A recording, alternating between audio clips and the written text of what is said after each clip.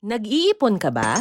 Kung hindi pa, baka oras na para magsimula ng mag-ipon. Para saan nga ba tayo nag-iipon? Kung may perang inipon, may perang magagamit din sa oras ng pangangailangan.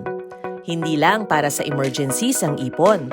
Para din ito sa pagtupad ng mga pangarap, negosyo, bahay, sasakyan, edukasyon ng mga anak, travel at kung ano-ano pa. Nakasanayan ng maraming Pilipino ang pag-iipon gamit ang alkansya o pagtatago ng pera kung saan-saang sulok ng bahay. Bakit? Kasi nga naman convenient. Di na kailangang pumunta pa ng bangko. Pero, alam mo ba, mas mainam pa rin ang pag-iipon sa bangko. Una, secured and insured ang iyong ipon sa bangko. Hindi mananakaw gaya ng iyong alkansya na pwedeng tangayin ng kahit sino. Pangalawa, kumikita ng interes ang iyong ipon sa bangko, di gaya ng perang iniwan lang sa alkansya. Kaya naman, nadadagdagan pa ang iyong ipon. Pangatlo, kung ikaw ay may bank account, magkakaroon ka ng access sa iba pang mga serbisyong pinansyal, gaya ng insurance, investment at loans. O, sa alkansya ka pa ba mag-iipon?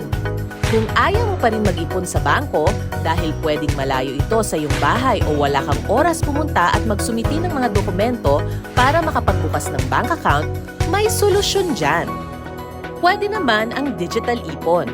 Walang hassle ng pagpunta sa bangko pero makakapagbukas ka ng sariling bank account para sa iyong pag-ipon. Digital banking. Ito ang makabagong uri ng pagbabangko.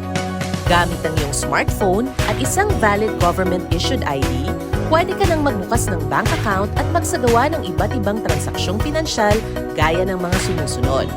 Pagbabayad ng bills, pagpapadala o pagtanggap ng pera mula sa iba, pagbili ng e-load, pagbili ng mga micro-insurances, pagbili ng telemedicine, pag-apply ng loan, at higit sa lahat, pwedeng mag-ipon na kikita ng interes ang iyong pera. Maraming digital bank applications ang available sa Google Play Store o Apple App Store. Piliin ang digital bank app na siguradong regulated ng Bangko Sentral ng Pilipinas, insured sa Philippine Deposit Insurance Corporation, at higit sa lahat mula sa isang matatag na bangko.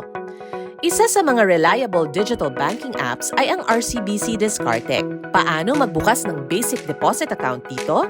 Simply go to Google Play Store kung ang iyong cellphone ay Android o Apple App Store kung ang iyong cellphone ay iPhone.